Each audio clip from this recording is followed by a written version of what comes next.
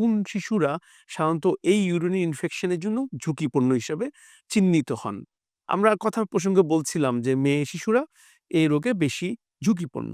তো কেন? তো দেখা যায় যে মেয়ে শিশুদের মূত্রনালীতে ছোট এবং তার যে গঠনগত কারণে তার মূত্রনালীর বহিরংশ এবং তার পায়ুপথ খুব কাছাকাছি থাকে। যার কারণে দেখা যায় যে পায়ুপথ থেকে যেকোনো একটা জীবাণু সহজেই আমাদের মূত্রনালীতে প্রবেশ করে যেতে পারে। পাশাপাশি আমাদের বাবা-মাদের একটা অভ্যেস থাকে যে আমরা যখন ব্যক্তিগত পরিষ্কার-পরিচ্ছন্নতার বিষয় নিয়ে কাজ করি, শৌচ করার সময় দেখা যায় যে পিছন থেকে সামনের দিকে পরিষ্কার করানোর একটা অভ্যেস। এই অভ্যেসটাও একটা গুরুত্বপূর্ণ যে জীবাণুটা মূত্রনালীর দিকে চলে আসছে। পাশাপাশি আরো কিছু বিষয় আমরা খেয়াল করি, যেমন শিশুর পর্যাপ্ত পানি না খাওয়া এবং শিশুদের যদি কোষ্ঠকাঠিন্য হয়, তাহলেও দেখা যায় যে তার ইউরিন ইনফেকশন এর চান্সটা বেড়ে যায়।